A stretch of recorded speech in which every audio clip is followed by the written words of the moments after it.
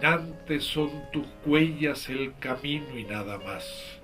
Caminante no hay camino, se hace el camino al andar.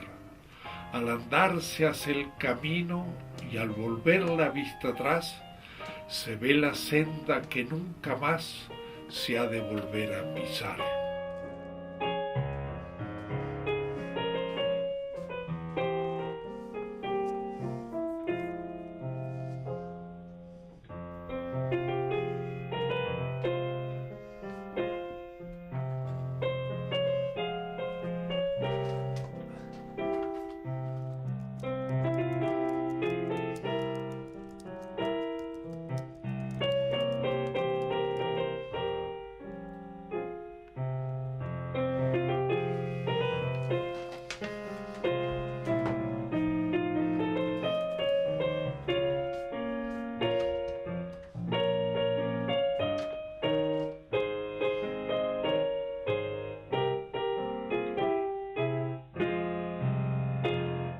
Intentaremos hacer una experiencia que es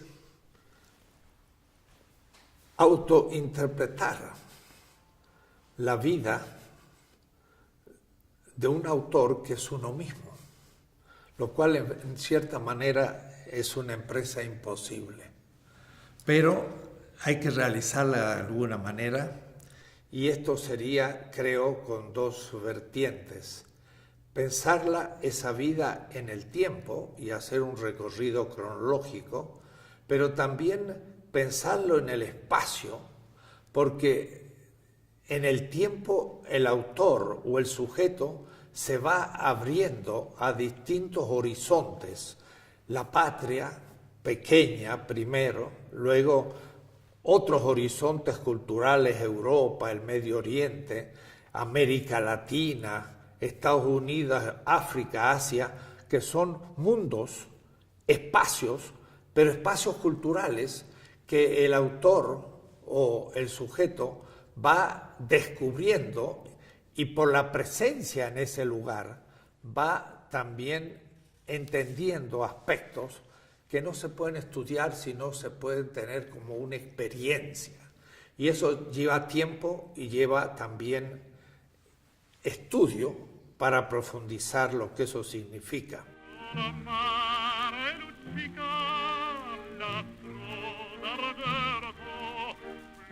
La vida de un autor, creo, comienza por la vida de su familia. Y esto puede determinar su obra. No es lo mismo nacer en una familia indígena donde las raíces culturales nunca fueron puestas en cuestión y por lo tanto es algo obvio que siempre se estuvo ahí. Muy distinto de una familia prácticamente de migrantes por parte de madre y por parte de padre. Gente que vino de otras culturas a América y que vinieron a mitad del siglo XIX desde Europa. De ahí entonces que esa falta de raíz quizás se va a transformar en la obsesión de encontrarla, y eso ya va a ser objeto de estudio y de toma de conciencia que no la tiene el que no ha vivido esa experiencia de no tener raíces. El no tenerlas hace tomar más autoconciencia de la necesidad de clarificarlas.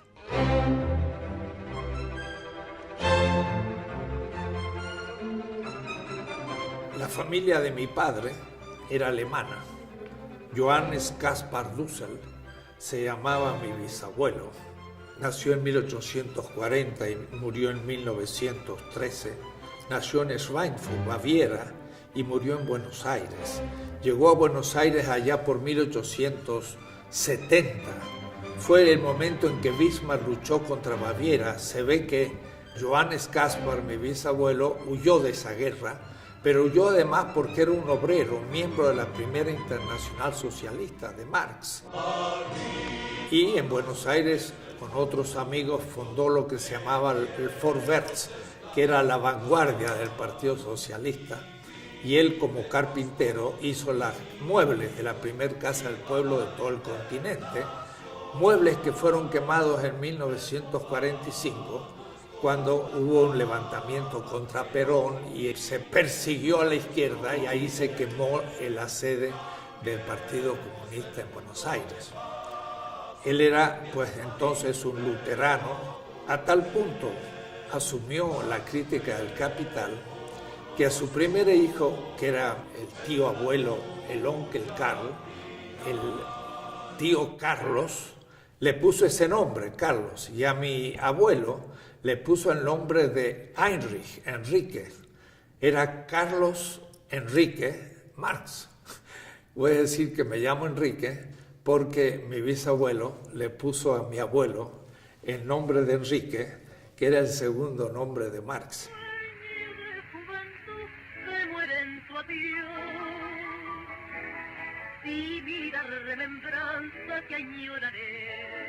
La familia después se transformó en comerciantes y mi padre ya era un profesional, fue estudiante en Córdoba.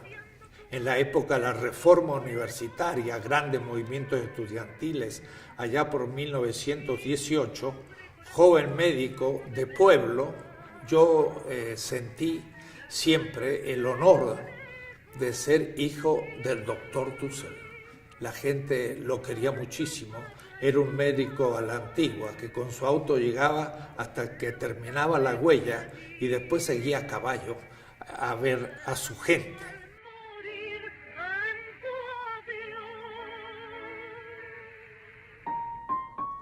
Mi madre, en cambio, fue de una familia italiana, del norte de Italia, más bien de comerciantes. Ella, pues, no era luterana, sino católica. Porteña, muchacha de la gran capital del puerto, estudió francés y era una gran pianista. Tocaba muy bien Chopin, pero también tocaba muy bien el tango. Y era una mujer muy simpática, pero a los 19 años se casa con mi padre y de la gran capital se va a un pueblito perdido, que fue donde yo nací, que se llama La Paz. Este pueblo se llamaba Colocorto en la época colonial y producía trigo, pero el río Mendoza después se fue secando y por eso entonces que La Paz se transformaba lentamente en un desierto.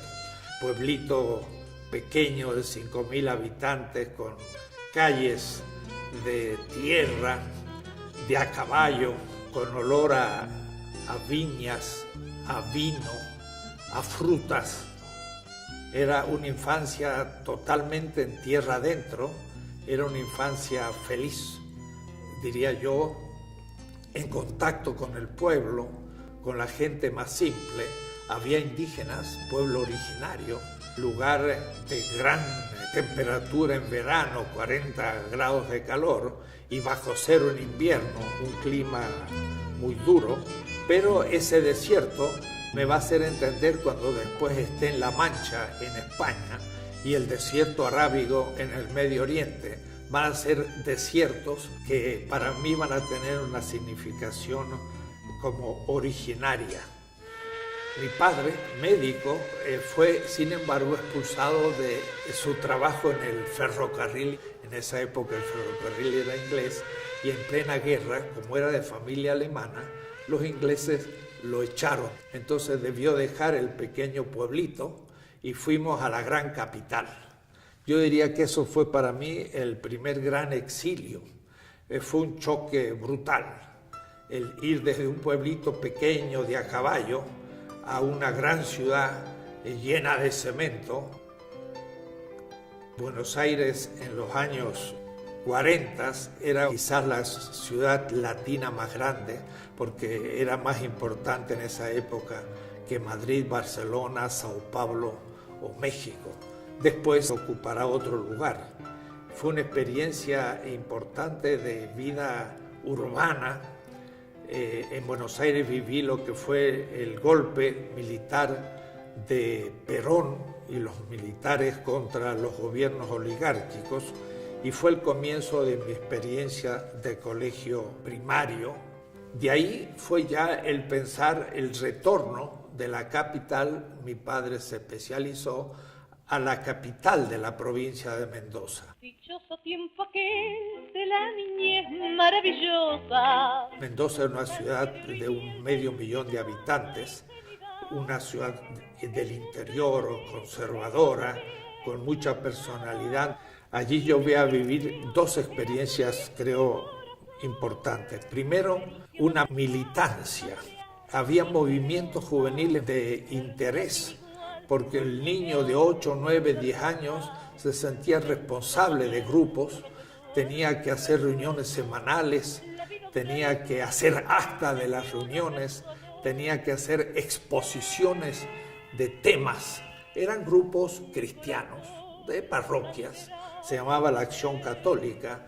De esto habla Gramsci en Italia, porque en realidad era un sistema italiano que se reprodujo en Argentina. Esta experiencia militancia llegaba a un punto que, por ejemplo, a mis 15 años teníamos que organizar un campamento en la montaña donde nos íbamos con jóvenes un mes entero. Era responsable de organizar la comida, las expediciones a la montaña, reuniones de fogón a la noche para cantar.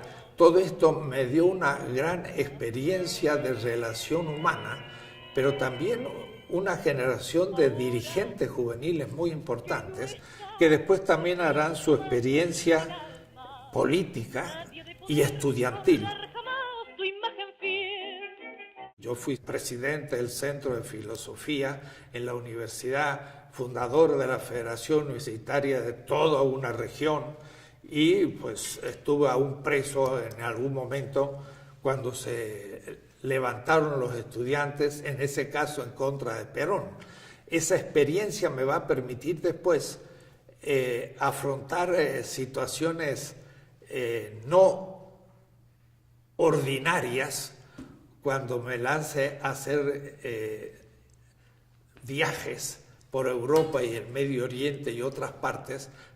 Venía de la experiencia que yo tenía de andinista, no alpinista, que me podía poner un mochila en el hombro y salir a caminar, poder dormir en una tienda en cualquier lado, y eso me va a dar muchas posibilidades en el futuro. A los 12 años, además de mi colegio secundario, iba yo las tardes a clases de bellas artes, 4 horas, pintura, grabado, pero al mismo tiempo ahí se estudiaba la historia del arte. Entonces a mis 13 y 14 años yo empecé a estudiar el arte egipcio, el arte griego, el arte romano, medieval, moderno, el Renacimiento. Sin embargo, toda esa formación era profundamente eurocéntrica, y entonces mi obsesión era un día poder ir a esa Europa. Entré en la Facultad de Filosofía y Letras, que era una muy buena universidad, aunque fundada hacía poco, en el año 39, y ahí entonces tuve también la doble experiencia teórica de estudiar muy seriamente con muy buenos profesores, 5 años de griego, 5 años de latín, profesores entusiastas, jóvenes, que nos hacían trabajar duro, pero al mismo tiempo tenía mi experiencia de praxis estudiantil política, de también ser dirigente estudiantil, como dije.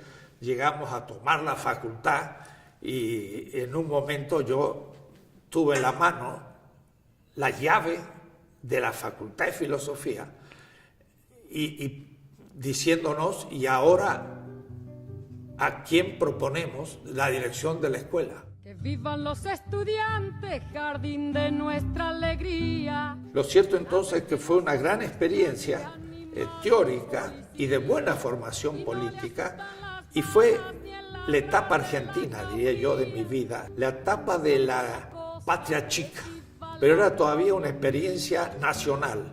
Eso sí, en todo el país, desde el norte al sur, con los movimientos estudiantiles, pero no había salido yo de Argentina. Es decir, que en el 57 yo tenía 23 años, terminé mi licencia y no bien terminé mi último examen. La semana siguiente estaba tomando un barco en Buenos Aires que me iba a Europa, y entonces comenzaba una segunda etapa de mi vida, pero era al mismo tiempo geográficamente dejaba la patria chica y me abría a otro horizonte. Cuando llegues a Madrid, chulona mía, voy a ser emperatriz en Lavapiés.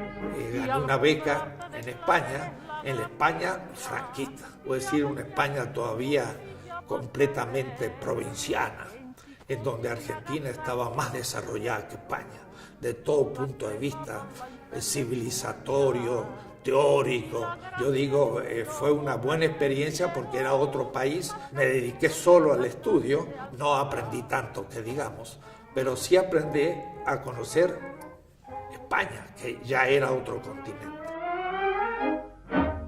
Y en las primeras vacaciones me propuse en autostop irme a Medio Oriente y llegué a Beirut y de Beirut Damasco, Amán, y pasé a Israel porque quise entender el mundo, no solo griego que había estudiado, sino el mundo semita. Esta experiencia era imposible sin mis experiencias previas de andinista, de con una mochila al hombro poder salir a cualquier parte. O sea, me atravesé toda Europa, llegué a Medio Oriente y después todavía de vuelta, ya trabajando un poco en Nazaret, me pagué ya el viaje y fue hasta Atenas.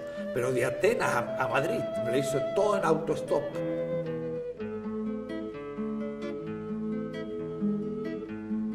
Esto me abrió un campo gigantesco de lenguas, de pueblos, de gente, de clases sociales y sobre todo siempre yo visualmente como un hombre de bellas artes, lo que más me impactaban eran las grandes obras arquitectónicas. Estar en París por primera vez, Notre Dame, estar en el Atomium de Bruselas porque fue ese año la Feria Internacional en Bruselas, llegar a Alemania, Freiburg, toda la región del Rin, atravesar toda Suiza, los Alpes, llegar a Florencia, a Bolonia, a Roma.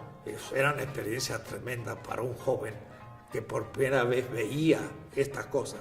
Pero no solo eso, llegar a Beirut, a lo que se llamaba el barrio de los mártires, atravesar los valles que están entre Beirut y Damasco en plena guerra siria-libanesa. Y se escuchaban los tiros porque estaban en guerra. Y me decía, ¿usted qué hace aquí? Bueno, yo voy haciendo autostop. Entonces yo llegué a Siria en un camión con soldados. Y yo ahí con mi mochila y de la montaña vi abajo Damasco. Y me fui a vivir con el barrio cristiano de Bab Tuma, justamente donde Pablo de Tarso, dice la tradición, que se convirtió y tuvo que salir de la ciudad de Damasco por un muro. Y ese muro lo conservan los cristianos todavía, es como si lo estuviera viendo hoy.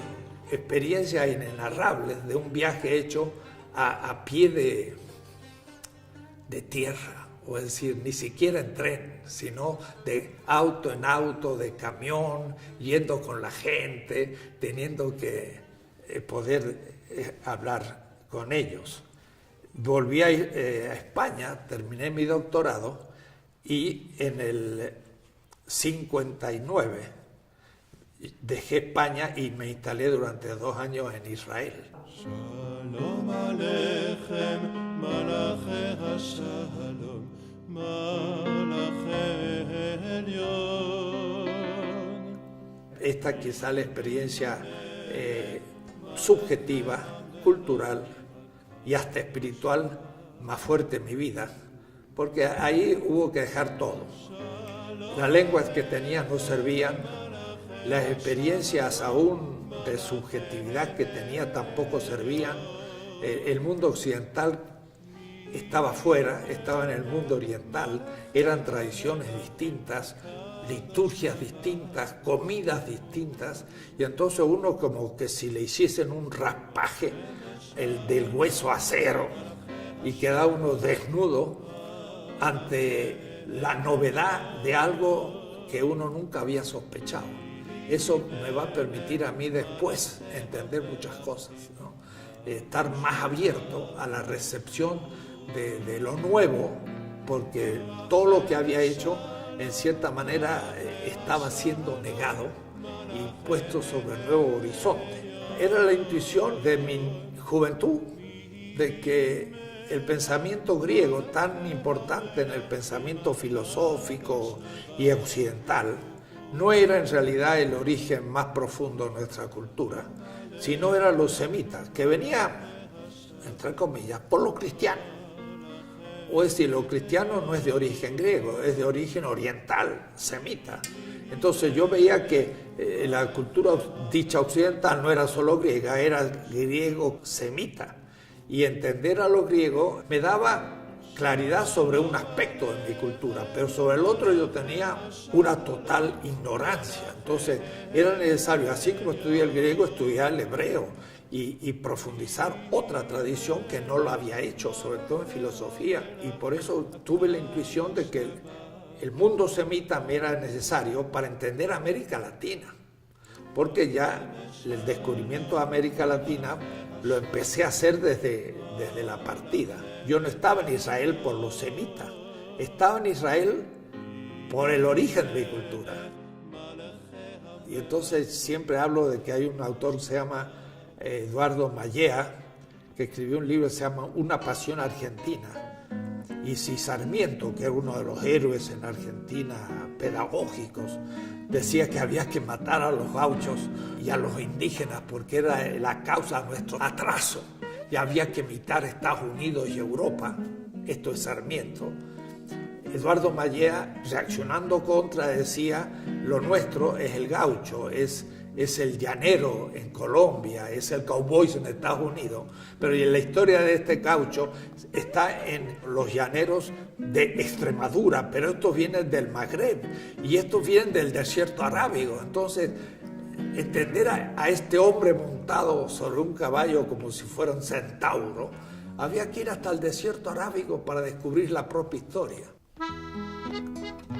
Eso fue también una experiencia de trabajo manual. Yo trabajaba de obrero, 8 horas por día durante 2 años. Claro que al mismo tiempo iba a estudiar el hebreo, lo que se llamaban los cursos del Ulpan, que era un sistema de estudio rápido del hebreo en los kibutz. Entonces estuve también en un kibutz Guinosar, en el mar Tiberias, de pescador. Debo decir que los discípulos del fundador del cristianismo, Pedro, Juan, Santiago, todos estos eran pescadores en el lago. Yo fui pescador en el mismo lago y tiraba las redes donde tiraron las redes los discípulos del fundador del cristianismo. Es decir, iba realmente haciendo como la radiografía de la geografía del origen del cristianismo, pero habiéndolo caminado. Es decir, viví 2 años en Nazaret, y de Nazaret a Cafarnaúm hay 40 kilómetros, y en un buen día de marcha forzada, en mi juventud, podía ir de Nazaret hasta Cafarnaúm en un día. Aquella tierra del fundador del cristianismo era muy pequeña.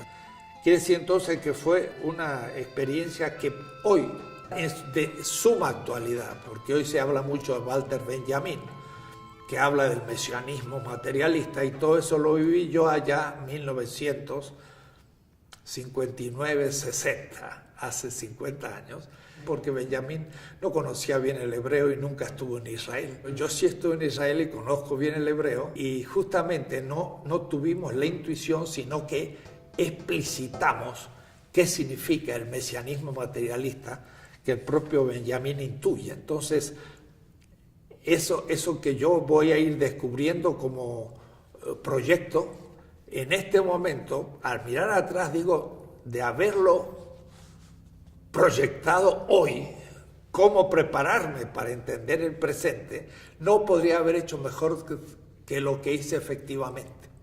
Es decir, iba yo intuyendo las cosas que ahora se realizan. Ahora, ¿por qué?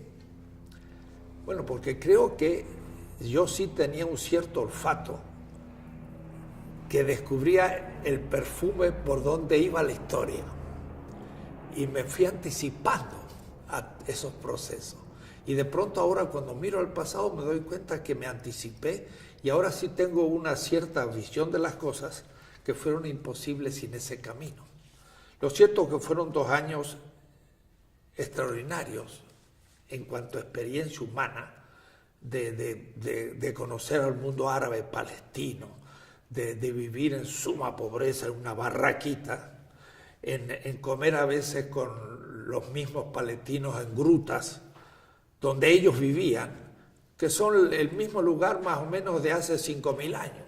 Después de 2 años en Israel, habiéndola recorrido toda, habiendo trabajado sobre todo con palestinos, viendo lo que ellos sufrían, me dije, es bueno volver a Europa para empezar una formación ya más sistemática.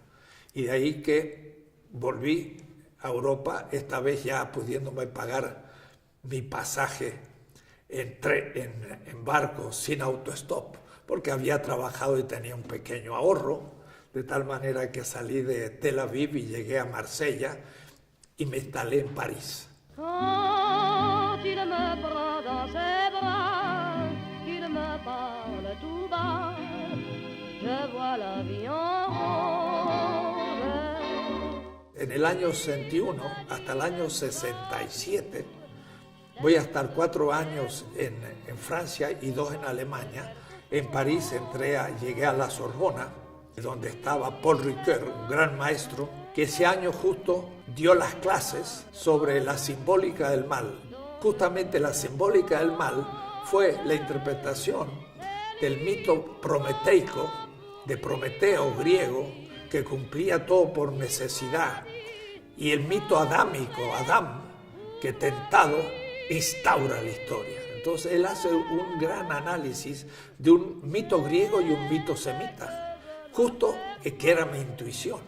Entonces por eso que en París escribí el humanismo helénico, que era lo prometeico, y el humanismo semita, y son mis primeros 2 libros. Pero también en París, que yo trabajaba de bibliotecario para poder sobrevivir, voy a después escribir el choque del pensamiento semita cristiano con el pensamiento helénico y qué va a pasar durante siglos que se van a ir combinando las 2 culturas. 2 culturas que en el siglo XV va a llegar a América con Colón, con Cortés o Pizarro, que va a ser una historia europea que va a chocar contra el indígena, que va a ser el extremo oriente del oriente, y entonces se va a ir completando mi visión de la historia, que al mismo tiempo lo estaba viviendo. Entonces fue una experiencia extraordinaria. El París de la época, había muerto Merleau-Ponty hacía poco, vivía Sartre, uno podía hablar con él, era una gran efervescencia, había el gran diálogo entre marxistas y cristianos. Pero al mismo tiempo quise completar mis estudios y me inscribí e hice una licencia en teología, 8 semestres. Hice 6 en París y 2 en Alemania, en Münster. Entonces hice regularmente, además de mi licencia en filosofía, una en teología. Había hecho mi doctorado en Madrid en filosofía y en la Sorbona hizo un doctorado en historia.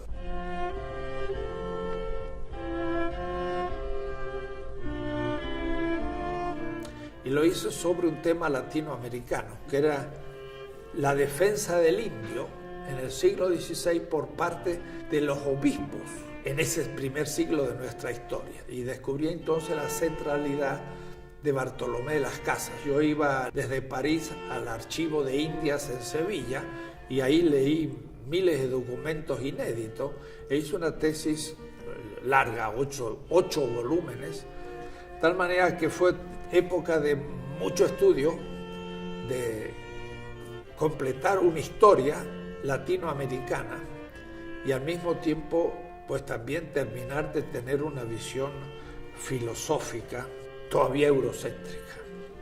De ahí también estuve en Alemania. Después de 2 años de París conseguí una beca en un instituto en Maguncia, el Instituto de Historia Europea, pero en vez de estudiar Historia Europea le propuse al profesor Lorz estudiar el siglo XVI, que era su especialidad, pero en América Latina, y eso me permitió estudiar la defensa del indio en el siglo XVI, que me permitió también conocer América Latina desde Durango a Buenos Aires, recorriéndola por todas partes con documentos del siglo XVI, viendo hasta qué punto el indígena había sido dominado, había sido humillado, había sido realmente oprimido. Entonces mi visión ya era siempre ponerme en el lugar de los débiles, del oprimido, del otro, que era la conclusión de la experiencia de Israel y de Nazaret. Porque en Nazaret, el fundador del cristianismo, un día fue a la sinagoga y abriendo el rollo de Isaías, en el capítulo 61 dijo: el Espíritu del Señor está sobre mí y me ha consagrado para dar una buena nueva a los pobres.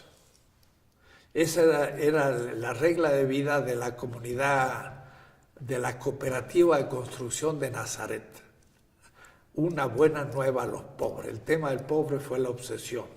Y entonces el pobre era el indio, y se trabajó el indio, y por eso entonces toda mi teología la hice desde el punto de vista desde el pobre, era ya el Concilio Vaticano, y al mismo tiempo lo hacía también en filosofía.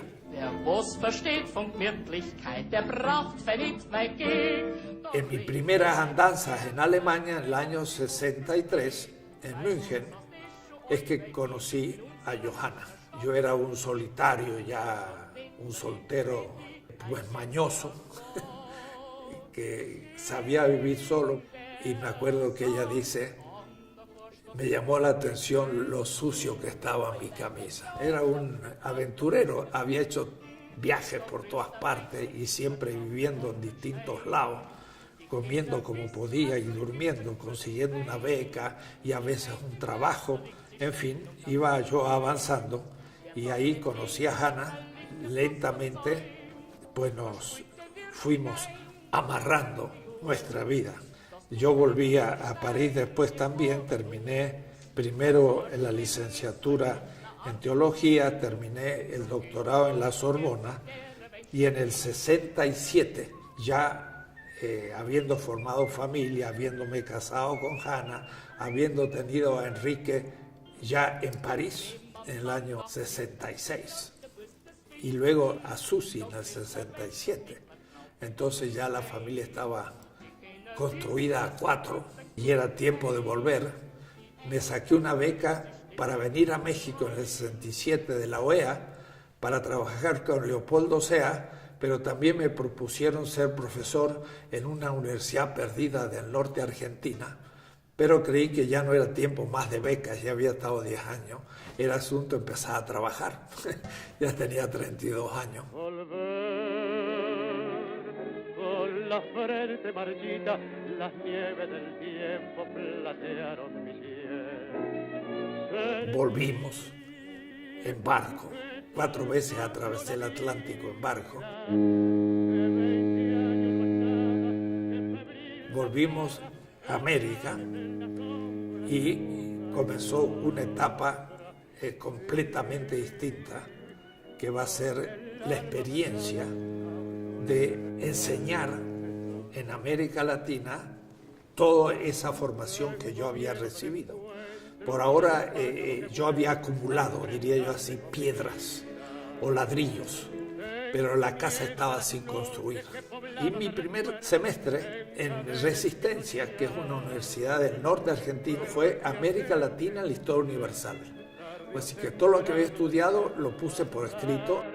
Y aunque el olvido que todo destruye. Para entender América Latina había que empezar por Egipto, Mesopotamia, India, China y Mesoamérica y los incas, ir hacia el este. Nuestros pueblos originarios son el extremo oriente del oriente, todos asiáticos. Pero luego la otra historia es desde el Gobi, sale desde los pueblos indoeuropeos, de los pueblos semitas, de las cristiandades de España. Y entonces cuando España sale es el extremo occidente del occidente y choca contra el extremo oriente del oriente, y eso es el proceso de la conquista. Entonces, entender América Latina es entender la historia universal, y eso es lo que yo expuse en ese curso. Un libro de 400 páginas que me escribí en 3 meses. Es decir, yo estaba en el entusiasmo del comenzar a exponer temas, y a la manera alemana escribía mis clases.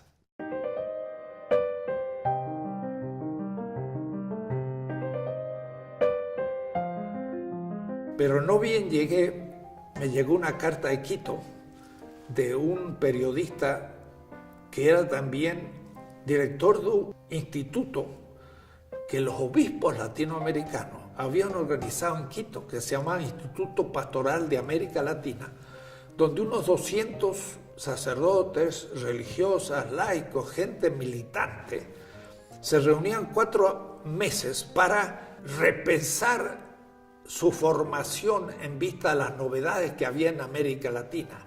1967, un año antes del 68, de Medellín, de París, de Berkeley y de Tlatelolco. 200 personas adultas entre 30 a 50 años, de todos los lugares de América Latina, desde los chicanos en Estados Unidos, argentinos, bolivianos, cubanos, todo, una gente muy diversa a la que había que hacerles repensar. Y yo, 32 años, más jóvenes que ellos, era el responsable del curso de historia. Entonces le mandaba toda esta historia mundial, mostrándole el significado de América Latina. Era un golpe, yo sé, tremendo. A la gente les daba vuelta la cabeza, porque todos tenían formación eurocéntrica y esto les permitía repensar todo.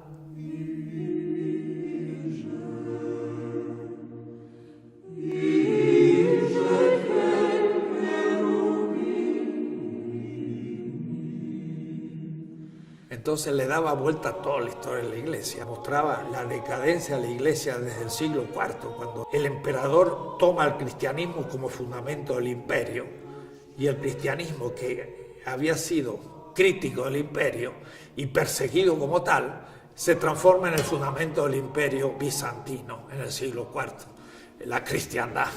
Y esa cristiandad es la inversión del cristianismo, porque en vez de estar por los pobres, ahora justifica al imperio. Y eso es lo que nos llegó a América. No el cristianismo, sino la cristiandad.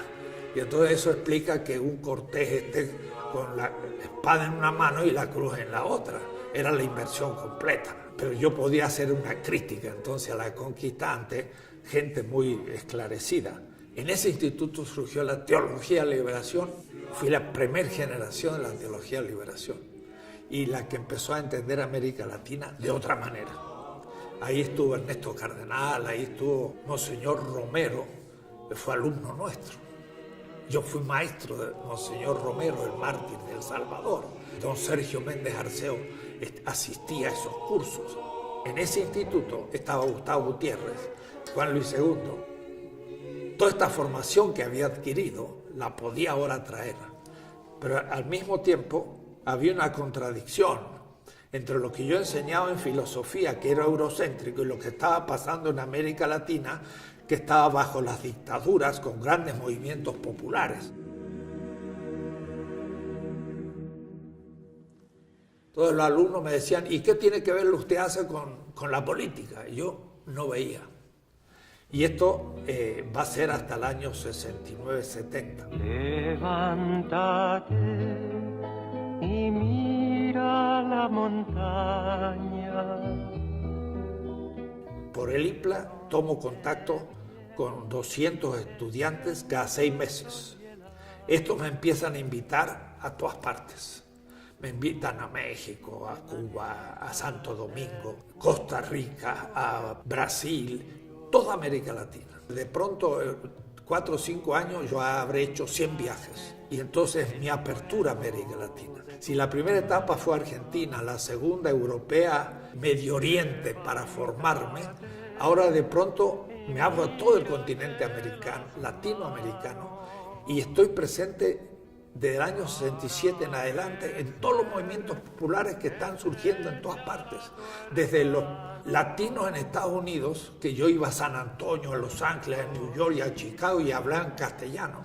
No sabía inglés, pero se podía hablar hasta todos los demás países. Entonces tenía yo una experiencia de cómo iba subiendo la conciencia crítica revolucionaria. 67 es después de la muerte de Camilo Torres y la muerte de el Che Guevara. Y es una etapa de guerrillas en América Latina, de cristianos metidos en la guerrilla, de los montoneros, de los guerrilleros heroicos en Bolivia, y toda esta gente eran alumnos nuestros, míos. Y yo enseñaba, pero al mismo tiempo aprendía. Y entonces iba surgiendo un pensamiento latinoamericano muy adecuado a lo concreto. Amén, amén. Esa infinitud de viajes por América Latina, en los más diversos e inimaginables auditorios, porque puede haber tenido un auditorio de 500 afros, negros.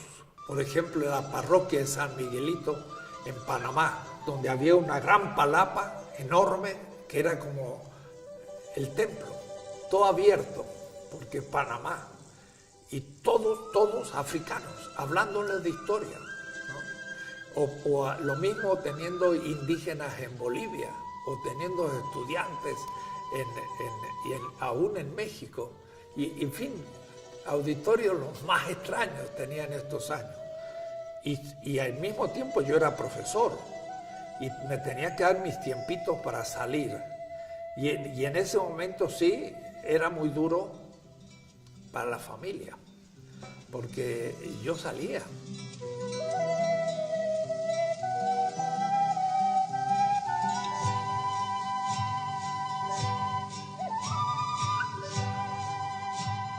Hannah, que era profesora en el Goethe, profesora de alemán, se quedaba con los dos chicos.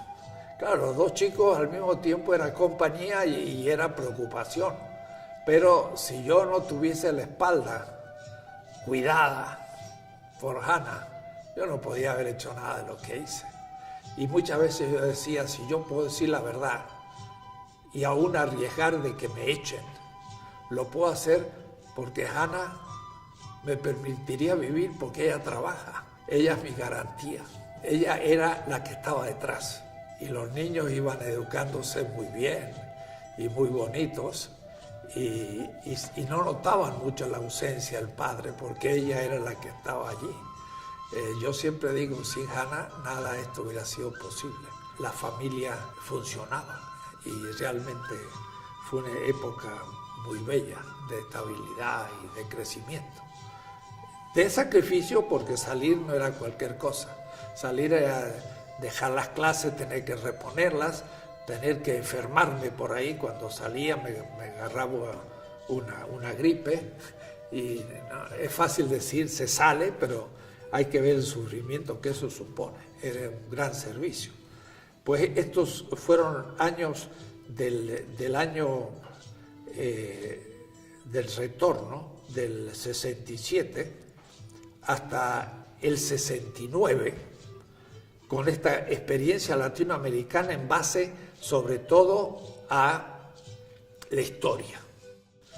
Pero en el año 69 es que se produce la ruptura teórica, que logramos en un grupo argentino, ligar la filosofía con nuestra realidad política, y este salto nos lo permite Emmanuel Levinas, que es un gran pensador francés que yo no conocí en París cuando estuve, pero que lo conocí después y me hice amigo y tengo sus cartas y le iba a visitar su casa. Levinas es un judío justamente, entonces todo mi pensamiento judío o hebreo o semita me permite entender a Levinas. Y Levinas en el fondo lo que habla es que dado un sistema siempre hay un otro, y ese otro es un pobre, es la viuda, es el huérfano, es el oprimido.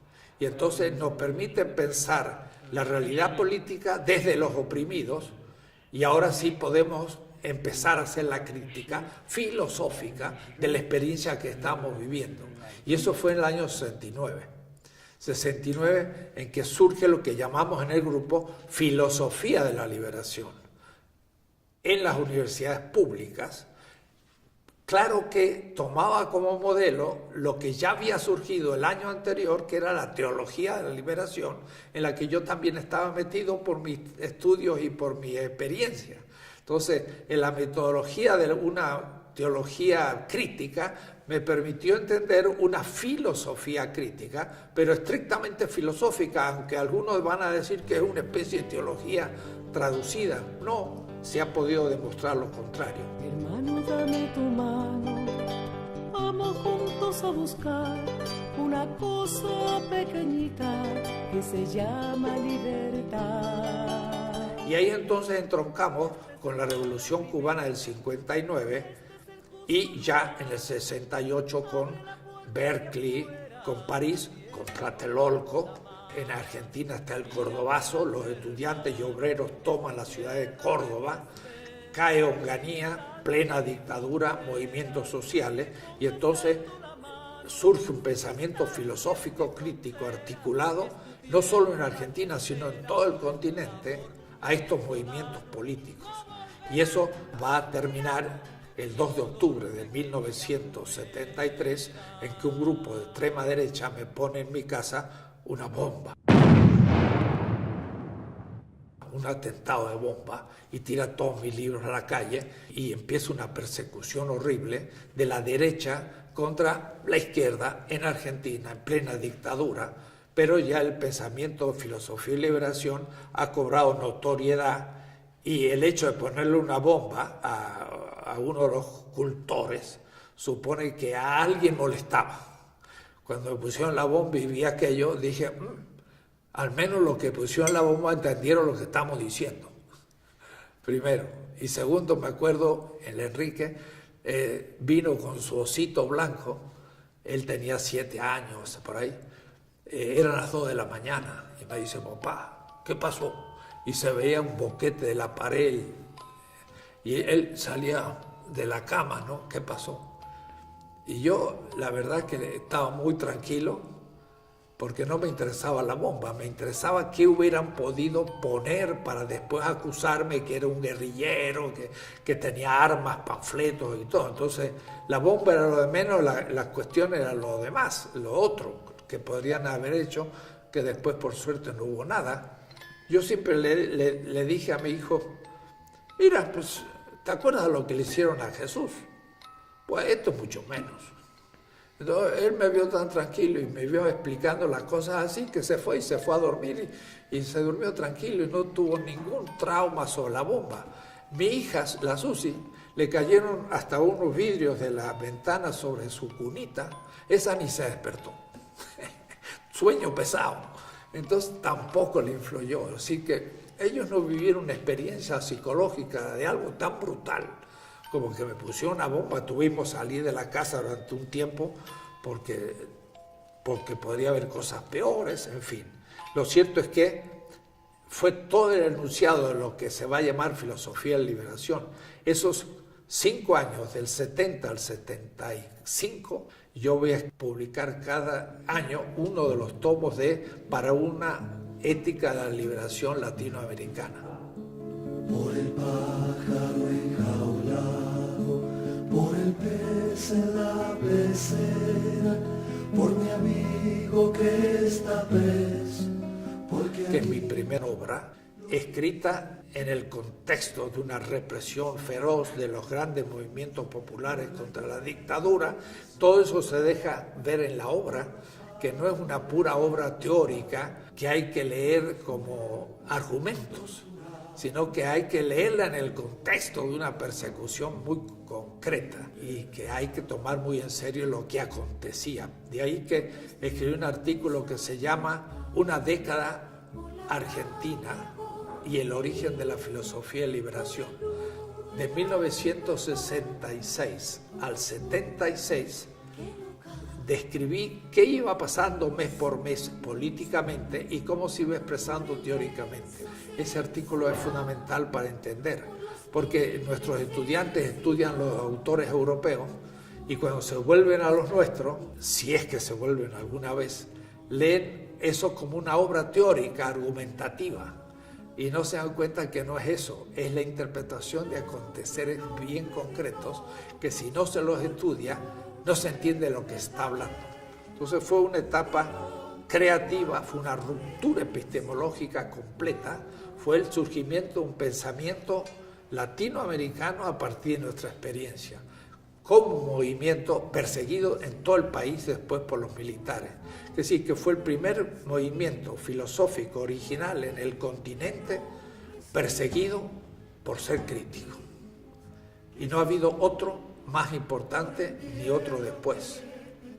Fueron más de 15 profesores expulsados de todas las universidades y en algunos hasta murieron, como Mauricio López. Por los hijos que te matan, yo te nombro libertad.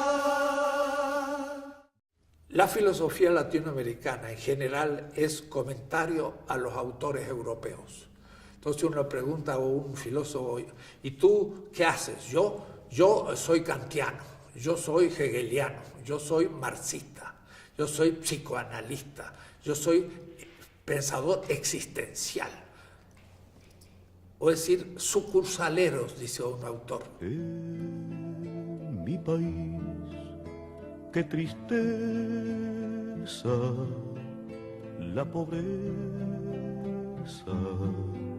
y el rencor. La filosofía de liberación es ya una invención latinoamericana. ¿En qué consiste? Primero, que hay que pensar la propia realidad. La filosofía piensa lo real, y eso ya es el primer capítulo. La realidad es socio-histórico-política concreta, latinoamericana. Entonces ya no es Europa, sino somos nosotros.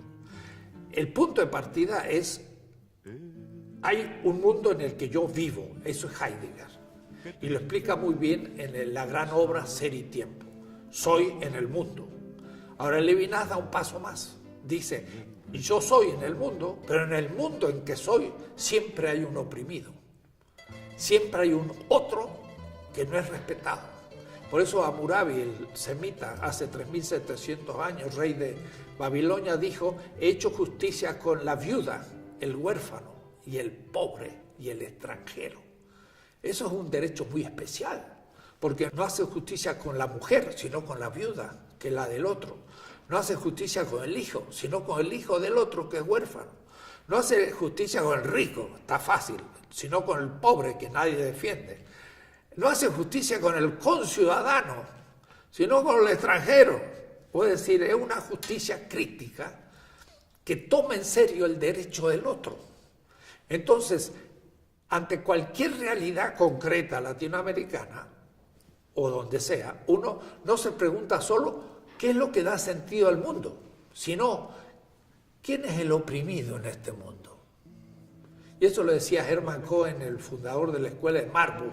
Dice, el método consiste en situarse en el lugar del pobre y desde ahí hacer el diagnóstico de la patología del Estado. Y yo llego a México y digo, vamos a ver, ¿quiénes son los pobres? Son los indígenas, son las mujeres dominadas por el machismo, son los marginales, son los obreros que no tienen trabajo. Y esos son los negativos, son los otros. Desde ahí voy a hacer un estudio de México. No voy a decirte de su gloria, sino de su negatividad. Eso es filosofía de liberación hecho sistemático.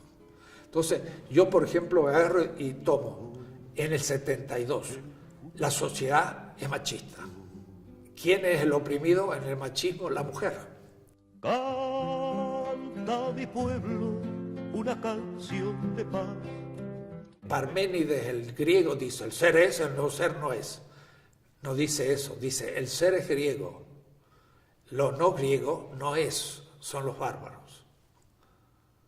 Entonces dice Freud, la sexualidad es por naturaleza masculina y la mujer es objeto sexual. Esa es la definición del machismo.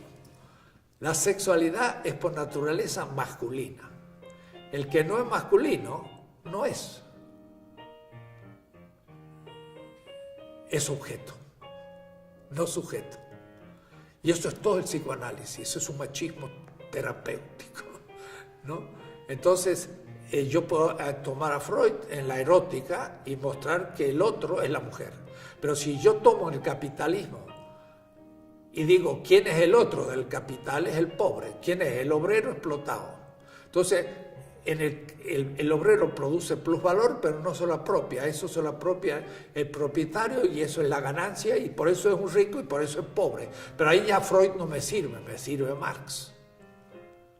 porque Marx me explica el Capital. Pero después viene otro y dice, pero la cultura dominante es la que se impone. Y en cambio las culturas dominadas son tenidas como bárbaras. Entonces viene Paulo Freire y dice, pedagogía de la liberación. Tengo que enseñar al otro que no es un bárbaro, sino tiene una cultura distinta que la dominante. Pero entonces ya no me sirve Freud, ni me sirve Marx, me sirve Paulo Freire. Y en cada uno de los horizontes de dominación hay otros autores y hay otros discursos. Y entonces todos esos discursos son filosofía de liberación, porque tiene que decir qué es totalidad, qué es exterioridad, por qué se aliena al otro, cómo se libera, y todo esto es un tema abstracto. Y ese tema abstracto, metadiscurso, es filosofía de liberación. Eso no es filosofía, no existía. Es una novedad latinoamericana. Y entonces cuando me dice usted, ¿qué filosofía hace? Filosofía de liberación. ¿De dónde viene? De América Latina. Es la única, no hay otra. No hay ninguna otra escuela filosófica que diga, es latinoamericana. Eso es filosofía de liberación. El proyecto de filosofía de liberación surge de un debate, porque Salazar Bondi dice, no hay filosofía auténtica en América Latina, es imitativa. Leopoldo Sea dice, sí, hay filosofía en América Latina porque la filosofía es universal. Y por lo tanto aquí hacer filosofía se ha dado siempre. Yo entro al debate, yo digo, filosofía auténtica no ha habido en cuanto latinoamericana. Y la filosofía es universal. Pero sí puede haber filosofía latinoamericana si partimos de la negatividad. O es decir, si nos preguntamos por qué no ha habido. Y si no ha habido, ¿cómo es que tiene que haber? Y entonces eso es filosofía de liberación. Pensar que no ha habido y pensar las condiciones para producirla y empezar a producirla. Ese debate se hizo en el 69-70 y de ahí surge una generación en Argentina que hicimos congresos con 800 profesores. En el año 1973 estuvo Salazar Bondi, estuvo Sea, Schwarzman, otros grandes filósofos, y se enfrentaron a 800 participantes de un congreso de filosofía de liberación en Argentina. Y no era público general, eran profesores, ¿no? Ellos vieron una cosa impresionante y Salazar Bondi dijo, esto es novedoso, y el mismo Leopoldo Sea escribió un artículo sobre qué significa filosofía de liberación, pero fue el primero, en el año 73, y esto había surgido antes. Entonces, yo escribí primero para una instrucción de la historia de la ética, y después método para una filosofía de la liberación, y para una ética de la liberación latinoamericana. En esos años del 69 al 75, yo produje como 7 obras, era una fecundidad tremenda porque había muchos inputs, había muchas sugerencias, y yo estaba viajando por toda América Latina y expresaba lo que estaba pasando en otras partes, no solo en Argentina, en México, Brasil, sino en otras partes que poca gente conectaba lo que se estaba produciendo ante las dictaduras, porque las dictaduras más o menos duraron del 64 al 84, 20 años. Y ahí se produce entonces el fin de esa época y el exilio. ¿Por qué me echan de la universidad? Me le echan, me ponen unas listas, los grupos de derecha de gente que van a asesinar. Había uno primero y yo venía segundo y eran como 10 que iban a asesinar. Entonces al primero, que era un amigo, Ezequiel Anderej, lo fueron a buscar a su casa. Él huyó al fondo, le tiraron un tiro, le pegaron una pierna y todavía vive y es rengo, porque saltó a la casa del vecino y lo persiguieron, pero se salvó. El segundo era yo, de la lista, ¿no? Digo, la cosa va en serio. Me echaron de la universidad, quedé a la intemperie sin protección. Dije, me voy. Y había estado en México justo antes y se estaba fundando la Metropolitana. Entonces estuve en abril y ya tomé contacto con mis amigos y dijo, me vengo a México. Entonces volví a Argentina, pero ya dije, me voy. Y cuando dije me voy, ya me dieron por ido. y bajó el nivel de la tensión en la casa, ¿no? Si Jano hubiera sido una argentina, yo me hubiera quedado hasta el final y hubiera desaparecido en el año 76. Pero gracias que no era argentina, me fui yo primero y después se levantó la casa y se vino. Y eso nos salvó, de tal manera que en el 75, en mayo, yo me vine primero a San Antonio. Deep within my heart lies a melody, the song of old San Antonio. Porque entonces dije, yo no hablo inglés, yo hablaba alemán, francés, italiano, pero no inglés, nunca había estudiado en el mundo anglosajón. Y me fui a San Antonio un mes, me puse a trabajar intensivamente en inglés y después de un mes di una conferencia en Spanglish, en inglés español, sobre el dólar. Una conferencia fantástica, porque sabía que iba a necesitar el inglés en la nueva etapa. Entonces dejo Argentina y América Latina en cierta manera y me vengo a México.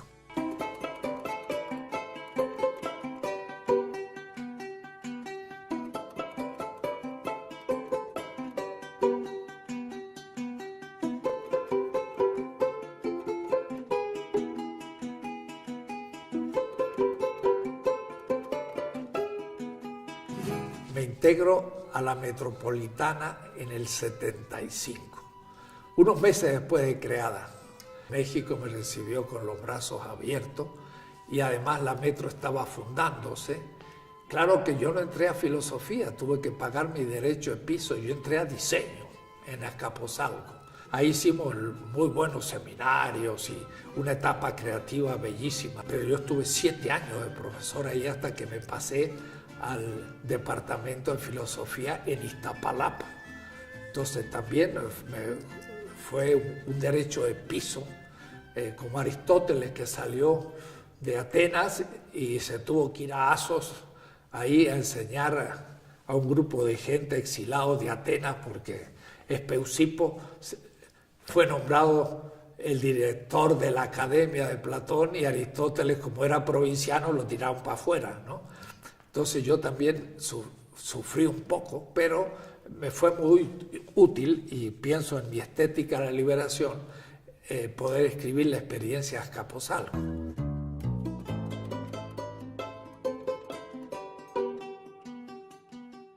Los primeros años de México, del 75 prácticamente hasta el 80, los vivimos en La Condesa, un pequeño departamento en la calle Celaya. Y claro, los fines de semana o las vacaciones nos servían a la familia para salir al interior del país, ir conociendo el Taxco y conociendo Puebla y conociendo regiones, pero además también para descansar. Pero yendo a Morelos descubrimos un lugar paradisíaco, Huastepec, y entonces ahí conseguimos una casita en diciembre del 79. Y eso permitió que yo y la familia saliéramos los viernes y volviéramos los lunes. Y yo trabajaba de viernes a lunes, sin sábado ni domingo de descanso, sino que era un descanso, porque ahí uno podía nadar, podía caminar, ponerse el short, no había televisión, no había pérdida de tiempo. Trabajaba yo full todo el día, de la mañana a la noche, y aún soñando seguía los temas. Entonces solamente cuando un tema era bien soñado estaba hecho, ¿no? Y ahí entonces del 80 hasta el 2006, 2007, fueron años en que nunca estuve un domingo en México, en la ciudad. O estaba en el extranjero o estaba en Huastepec. Y fue entonces que trabajé a fondo Marx. Lo cierto es que entonces llegué a México queriendo estudiar el inglés y ahora entonces estaba yo mejor situado que en Argentina para el contacto con el Caribe y la Revolución Cubana, Centroamérica, el contacto con Estados Unidos, que no había yo hasta ese momento tomado ningún contacto con el mundo anglosajón.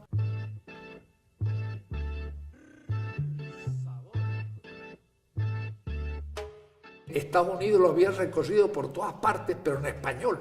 Es decir, que realmente no era Estados Unidos, era el mundo hispano. Ahora, lo extraordinario es que yo podía tener un público de 100 personas en Nueva York o Chicago hablando español, ignorando el inglés. Pero ahora era necesario empezar a hablar a los anglos.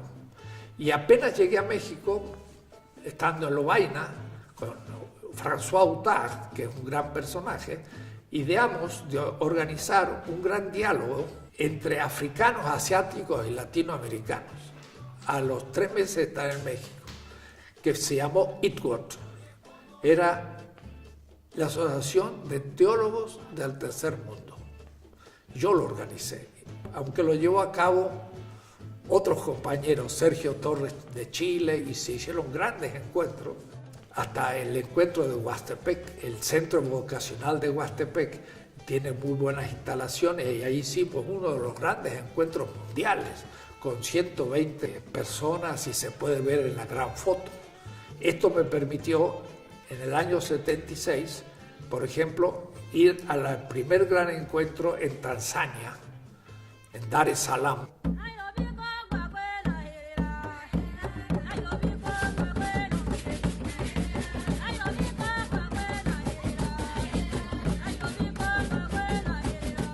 Estaba Nyerere, un gran presidente. Organizamos el primer diálogo, 20 latinoamericanos, 20 asiáticos y 20 africanos, discutir.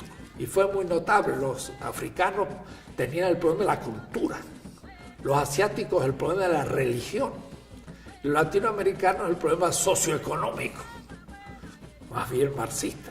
Entonces fue un diálogo bien tenso, de no coincidencias, más bien de provocaciones.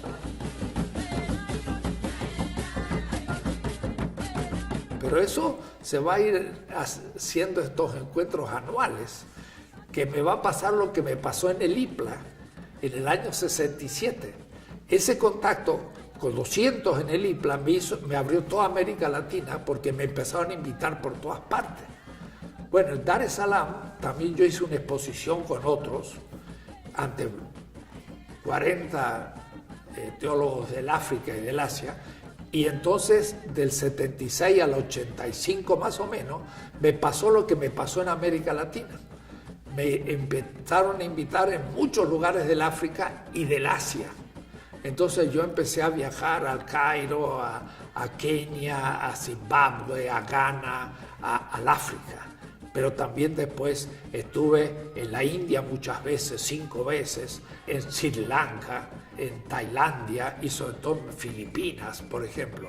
Entonces fue para mí, del 75 en adelante, la apertura al África y al Asia, y al mismo tiempo, en agosto del propio 75, fui a Chicago.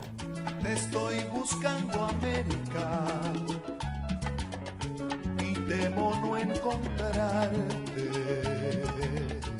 Y ahí se organizó un diálogo entre latinoamericanos y norteamericanos.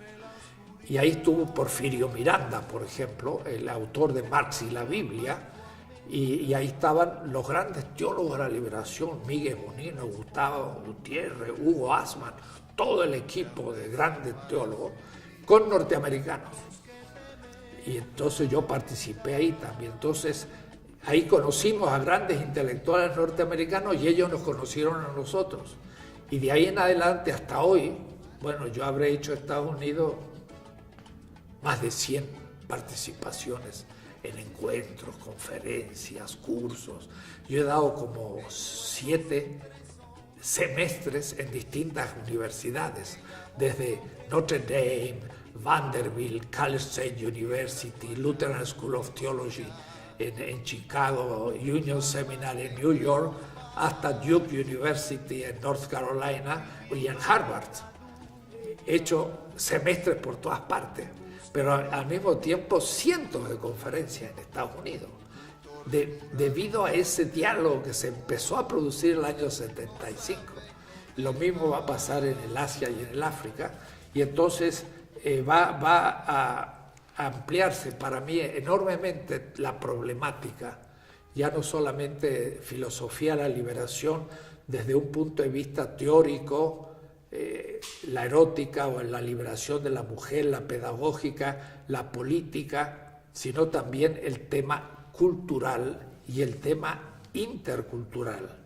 Y eso pensando ya en casos concretos. Es decir, lo intercultural significa, cuando estuve, por ejemplo, en Senegal, dar un curso en África.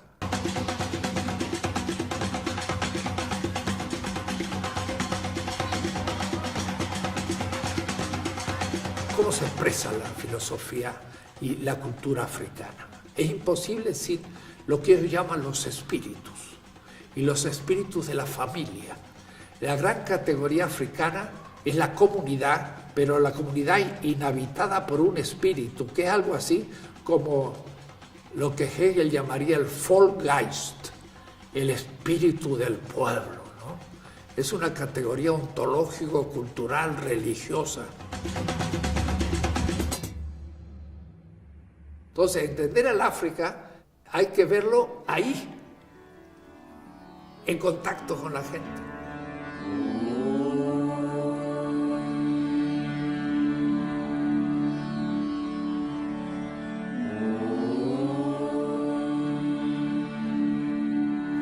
Lo mismo en el Asia. Cuando uno llega a la India, empieza a entender la espiritualidad, la interioridad del taoísmo, del hinduismo en acción.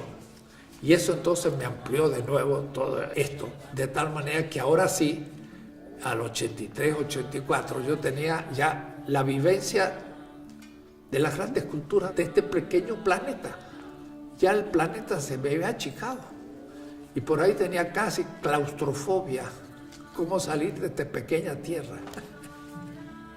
¿Ya? Pero ahí al mismo tiempo como que se aquietó el querer tener las grandes experiencias culturales, pensándolas filosóficamente, y más bien era profundizar. La profundización venía por el repensar el tema del populismo, que había sido el tema equívoco en Argentina y también en buena parte de América Latina. Y eso entonces me hace pasar a la nueva etapa, que es en el 83, que este gran contacto con estos pueblos del sur y de Estados Unidos me amplió el ámbito cultural filosófico, pero había una ambigüedad profunda, que el tema económico del capitalismo no lo había captado a fondo. Y eso fue gracias a una crítica muy fuerte de Horacio Ceruti en la cuestión de pueblo-clase. Entonces, del 83 al 90, me puse a estudiar a Marx a fondo. Sobre todo que en México en ese momento Sánchez Vázquez, Bolívar Echeverría, y en la Facultad de Filosofía Althusser reinaba, y no se podía hablar sino a través del marxismo. Pero al mismo tiempo era aclarar el tema del pobre, o es decir, el otro y la víctima de un sistema mundial que había sido enunciado por la teoría de la dependencia, que había sido declarada como doctrina superada. Y en cambio yo pensé que la teoría de la dependencia era fundamental y no había sido superada. Entonces me puse a estudiar a Marx de una manera única y al mismo tiempo obsesiva, si cabe la palabra. Es decir, durante 7, 8 años leí Marx y solo Marx. Y dejé de leer otras cosas, me atrasé. Pero eso me llevó a hacer un trabajo increíble, que fue el primer comentario de las 4 redacciones del Capital. Marx escribió 4 veces el Capital. Para mí era explicar por qué América Latina era pobre. Ese era el tema. Entonces releía Marx para explicar la pobreza del continente. Y ahora de manera metafórica el pobre, sino real, pobre, el que es explotado. Publiqué un tomo en el 85, otro en el 88 y 8 en el 90. Hace ya 30 años. Y descubrí cosas que no había visto ni Engels. Y cuando lo dije en el Marxista-Leninista de Berlín, en el año 84, que estuve allá en la DDR, en la Alexanderplatz, me dijeron, bueno, nosotros editamos Marx, pero todavía tenemos que estudiarlo. Porque le mostré cosas que ellos, los editores en alemán del inédito al editado, no habían advertido.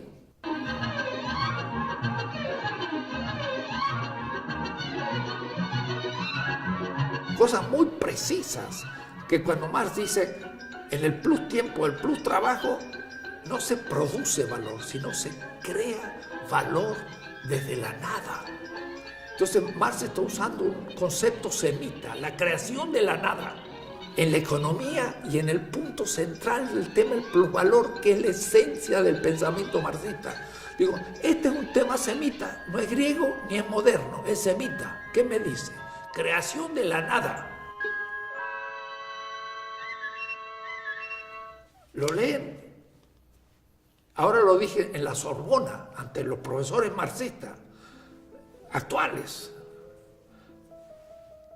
Silencio completo.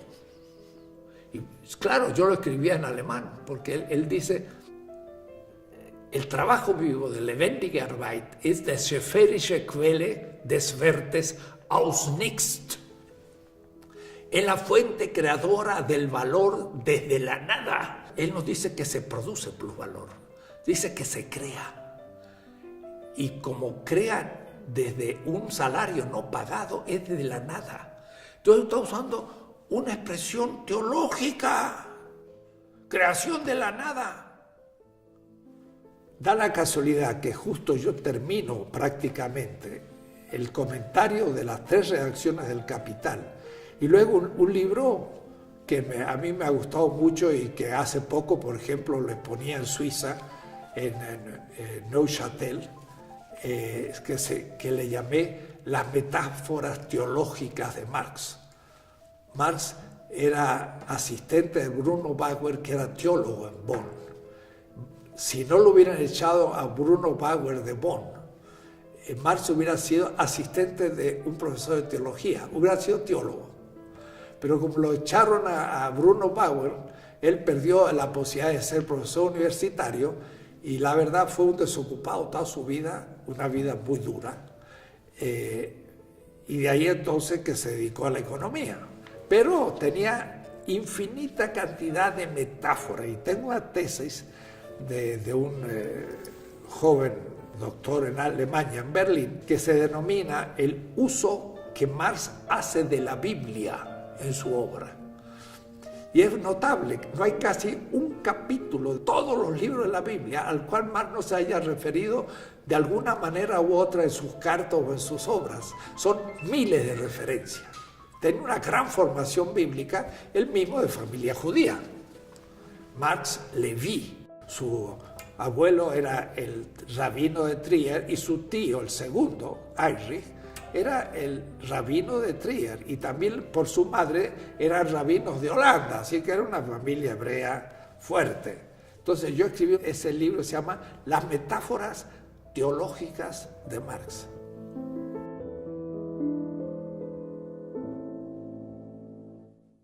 En el 89 termino justo de escribir el 4º tomo de Marx y mi amigo Raúl Forné Betancourt en Münster me dice, vente, vamos a comprar un libro.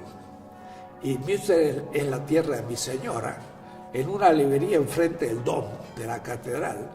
Y entonces me lleva y dice, estos 2 tomos. Y compro 2 tomitos de Surkamp, que se llama Die Transformation der Philosophie. La transformación de la filosofía Carl Otto Appel. Yo ni lo había escuchado nombrar y no había leído nada de él. Me dice, he hecho una entrevista a Appel y yo quiero que tú entres en discusión con él.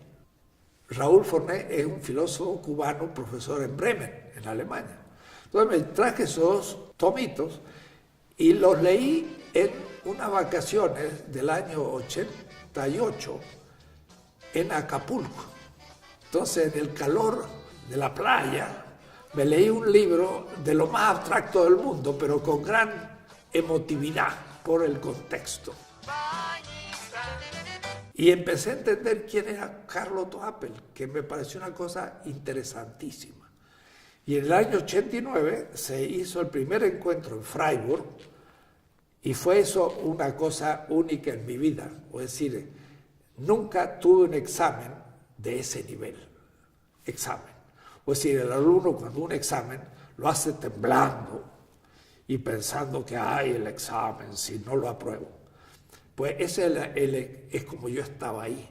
eran 50 participantes de un seminario, profesores y asistentes, ni doctorandos había, en una ronda, Carlos Apple y yo. Y yo miraba a esa gente y decía, ¿quién me van a comer como los tigres del circo, no? Para hablar con Apple. Y Apple se expuso fundamentación última de la ética, y yo llevé un texto en el que hacía un comentario a su prólogo de la transformación de la filosofía, y la crítica que le hice en este momento, me digo yo, ¿cómo fue a tal punto exacta que es la que yo le volvería a hacer hoy? Entonces él habla de la comunidad de comunicación y de la lingüística. Era un tema que yo no conocía, nunca había estudiado. Todo el pensamiento lógico, lingüístico, del Círculo de Viena, todo esto yo lo ignoraba.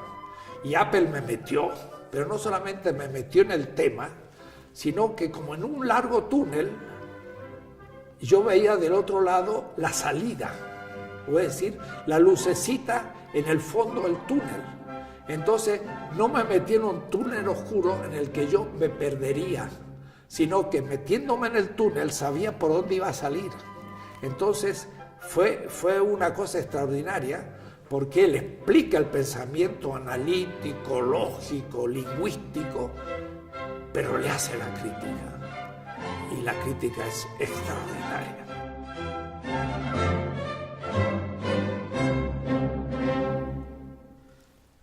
Entonces, a mí me permite cubrir una parte de mi formación que no tenía, pero al mismo tiempo hacer la crítica a esa parte que nunca la había asimilado, porque no estaba de acuerdo, pero ahora no solamente la comprendía, sino que la crítica que daba Apple es justamente lo que me había impedido poder descubrirla.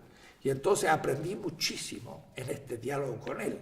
Pero desde el comienzo le dije lo siguiente: hay una comunidad de comunicación, para que haya consenso tiene que haber una participación simétrica.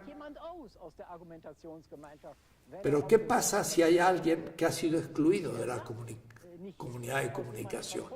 Le apliqué la pregunta de Levinas. Hay una comunidad de comunicación en que estamos todos de acuerdo, pero hay un excluido que no forma parte de la comunidad. Por ejemplo, los españoles estaban de acuerdo que la conquista era justa, pero los indígenas no estaban de acuerdo que fuera, pero a ellos no le habían dado lugar. Apple habla de una ética de la comunicación, estoy de acuerdo. Marx habla de una ética de la justicia a nivel material, y estoy de acuerdo. Pero lo que pasa es que las dos son necesarias. Apple y Marx. Y Marx no conocía a Apple. Y Apple ha negado a Marx. Yo lo voy a articular. Entonces, para que un acto tenga pretensión de justicia, tiene que cumplir con las exigencias de la vida y cumplir con las exigencias de la argumentación. Ambas. Entonces, uní Marx, que había trabajado durante 8 años, con Apple, que trabajé durante años, y dije, hay una determinación formal de lo material y una determinación material de lo formal. Pero además hay otro aspecto, que es la factibilidad de lo que elija. Pero además hay otro más, que es que haga lo que haga, habrá víctimas, porque el acto perfecto es imposible.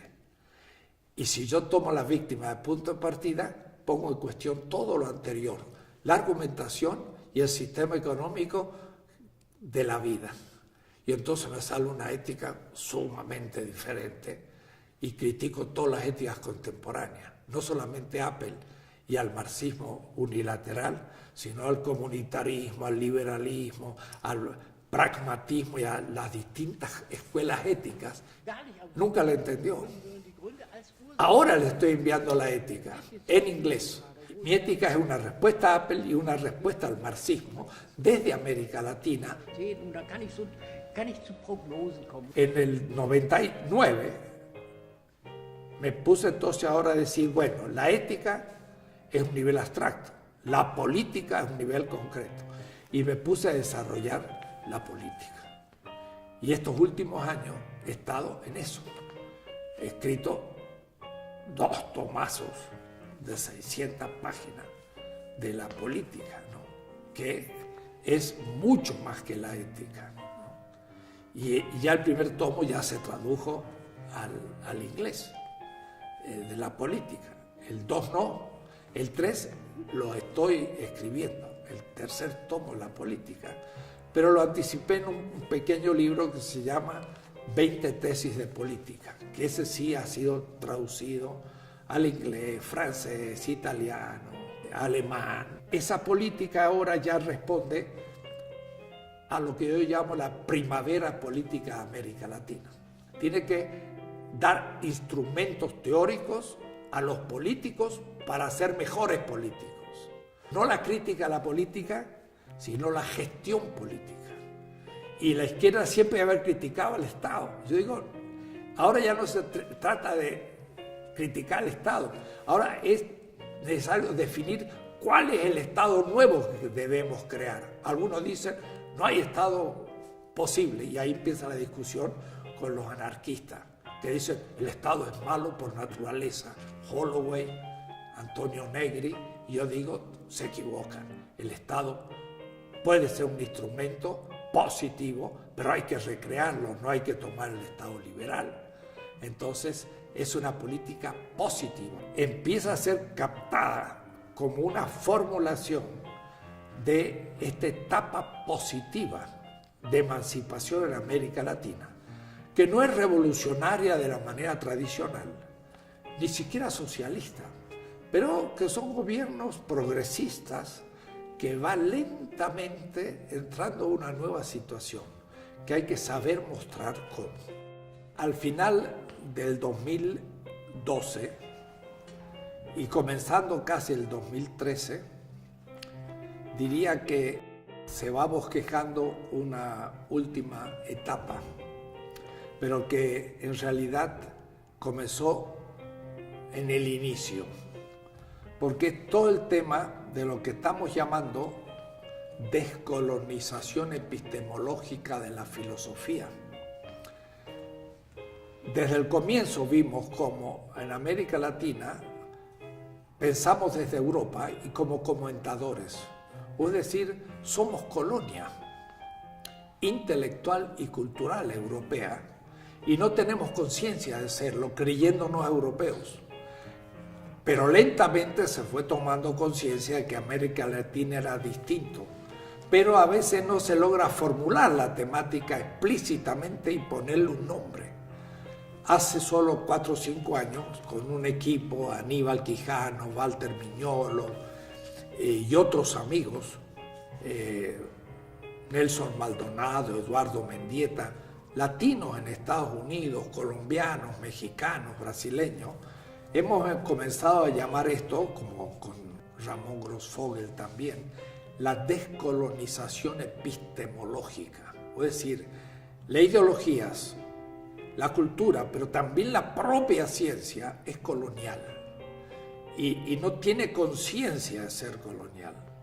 Descolonizarse es justamente liberar a la ciencia de manera que el que piensa desde el lugar de la enunciación propio, que ya no debe ser una colonia que subrepticiamente se piensa metrópoli, sino tomar el horizonte del mundo, donde el centro y la periferia son parte, y donde empezamos a dejar de ser colonia para transformarnos en miembros iguales de un mundo que ya se está construyendo ante nuestros ojos.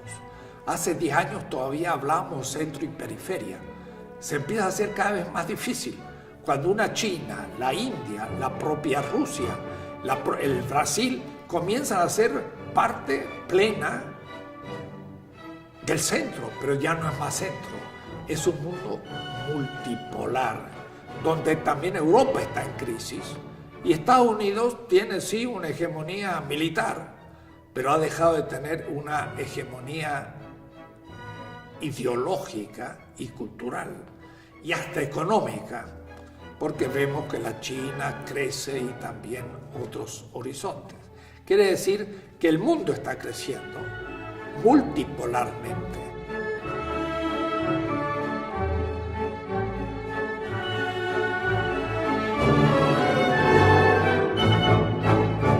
Y este tema fue ya nombrado desde hace años por la filosofía de la liberación contra el llamado posmoderno, contra el posmodernismo. Nosotros criticamos la modernidad desde hace décadas, pero al surgir la posmodernidad, parecía que la filosofía de la liberación era posmoderna porque crítica de la modernidad. Pero descubrimos muy rápido que Lyotard, Rorty y Bátimo son todavía eurocéntricos, son metropolitanos y por lo tanto son lo que yo llamaría la última etapa crítica de la modernidad misma. Mientras que hemos llamado, y yo en concreto, transmodernidad, a aquello que va más allá de la modernidad y por lo tanto más allá de la postmodernidad, a un mundo nuevo que está surgiendo, donde la modernidad impactó a todas las culturas, pero despreció en ellas muchos aspectos que no eran para ello valiosos, sus lenguas, sus costumbres, sus filosofías y aún hasta técnicas artesanales que no le interesan. Y ahora en cambio los chinos, los hindúes, el África Bantú, América Latina, el mundo musulmán, árabe, empieza a descubrir los valores de eso que la modernidad despreció. Y a partir de la toma de conciencia, de hacer la historia de esa exterioridad a la modernidad, se está produciendo un desarrollo, no desde el centro moderno, sino desde esos polos exteriores a la modernidad. Es decir, la China está creciendo no como pura imitación de Occidente, sino a partir de tradiciones propias que toman de la modernidad en parte, pero por otra parte son neoconfucianos, por ejemplo. El capitalismo chino no es puramente capitalista, es neoconfuciano y no calvinista, pero ese mismo capitalismo va a tener que ser puesto en crisis. Entonces llamo transmodernidad al pasaje a una nueva edad del mundo. La modernidad empezó con el descubrimiento del Atlántico en el 1492 y está terminando. Estamos ante una nueva edad del mundo donde ahora esos que eran coloniales van a ser iguales. Y esas filosofías que eran comentarios de la filosofía moderna, volviendo a sus tradiciones, va a surgir por primera vez una filosofía mundial. Hasta ahora la filosofía llamada mundial es solamente europea. Es Kant, Hegel, Nietzsche, Heidegger, Habermas y lo demás es comentario. No, ahora empiezan a surgir filosofías propias de ese mundo excluido que ya dialogan con la modernidad, pero cuyas raíces no son modernas, son anteriores a la modernidad, simultáneas a la modernidad y con capacidad de ir más allá de la modernidad. Eso es lo que llamaría yo descolonización epistemológica. Es necesario pensar desde otro horizonte mundial. Y de hecho, este año, en agosto, hemos organizado la primera reunión que se llama Diálogo Interfilosófico Sur-Sur. Quiere decir que estamos ya comenzando ese diálogo en la idea de una filosofía mundial que no necesite ser imitadora ni de la filosofía griega, pero ni siquiera de la china o la hindú. La filosofía como amor a la sabiduría. Y la sabiduría como un saber ordinar el sentido de la existencia. Eso lo puede hacer un chamán de una tribu. Y entonces, filosofía es el amor que tiene ese chamán a saber ordenar la vida de los miembros de su comunidad, acerca de la vida, la muerte, el matrimonio, el bien, el mal, y eso lo puede tener un chamán de una comunidad esquimal o tupi guaraní en el Brasil. Y ese concepto de filosofía sería mundial. Y acabamos de publicar en un libro grande de 1100 páginas, 2 columnas, el pensamiento filosófico latinoamericano, latino y del Caribe, 1300-2000. Es la primera vez que se publica una visión de conjunto de la filosofía latinoamericana. Hace 2 años. ¿Cómo es posible? Porque justamente estamos en la toma de conciencia de una historia que fue negada, pero que ahora cobra conciencia de su valor y debe reconstruir sus raíces para dialogar con el pensamiento islámico, chino, hindú, bantú, europeo, norteamericano. Y eso es lo que se proyecta para los próximos decenios. Cuando alguien dice, yo soy un sabio, compañero, eres un ignorante que cree que sabe. Porque el sabio, cuando descubre uno, son 10 nuevas preguntas. Y cuando descubre 10, son 100 nuevas preguntas. Y cuando descubre 100, son 10.000 nuevas preguntas. Entonces, cuando alguien es más sabio, como Einstein, es el más humilde que sabe mucho más que nadie todo lo que ignora. Entonces se vuelve más humilde, más servicial, más compasivo, más sabio. ¿Por qué yo existo? ¿Lo he merecido? Y entonces ante el universo y mi vida yo digo, gracias, me permitieron ser. Me aconteció cuando tenía mi etapa mística de 15 o 16 años que me dije una vez, ¿y por qué yo no soy Dios? Me dio rabia, como una rabia infinita. Y de pronto me vino como una gran paz. Dice, no soy Dios, pero soy. ¡Wow! ¡Qué bueno! Y me dio una gran alegría.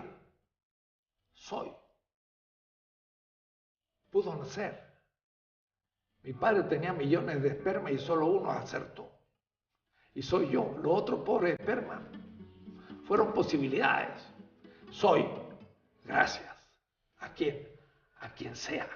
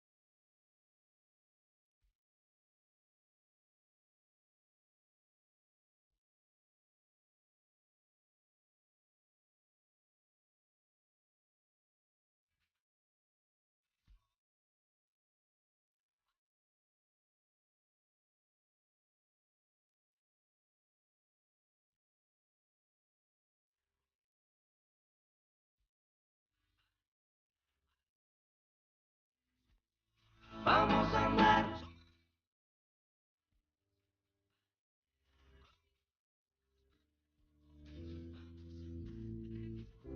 Yo siempre digo que es como presagios.